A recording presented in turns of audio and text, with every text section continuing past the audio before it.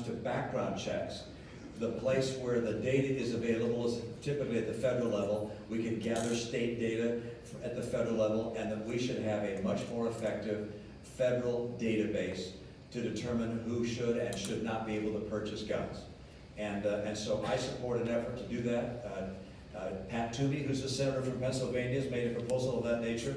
I think 3 or 4 years in a row. He and I have been in contact over the last couple of weeks. He's seeing if he can get enough support among Republican senators to bring that bill to the floor and be able to vote on it. The president the other day said he's not in favor of a new universal background check piece of legislation.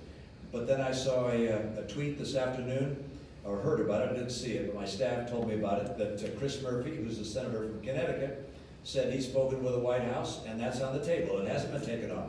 So there will be, I believe at the federal level, we're responsible for coming up with a better background check technology. I also feel that we at the federal level should outlaw bump stocks. A bump stock is what makes a semi-automatic weapon become an automatic weapon, effectively. And I think those should be made illegal.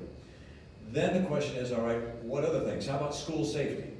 All right, how are we going to make our schools safe so that our kids don't worry about tragedy happening at their school? And I mean, my heart bleeds for the tragedies we've seen at our schools and in other devastating attacks across our country.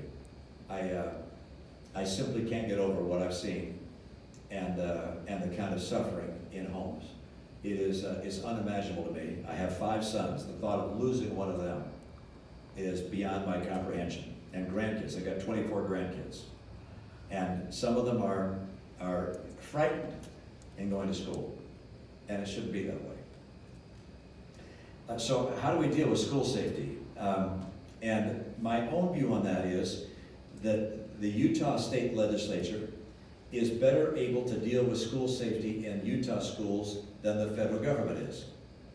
And that states, therefore, should be the place that look at some of these laws related to guns and safe zones and so forth. So-called red flag laws. Have you heard about red flag laws? Where if someone is worried that someone is a danger to themselves or to others, they can raise the red flag, so to speak, and their weapons will be taken away during some period of time. Different states, I think there are, 17 states that have red flag laws. Our legislature is considering such. 17 states have one, as well as the District of Columbia. And school safety, why do I think it should be done at the state level? Well, part of it is that our schools are so different.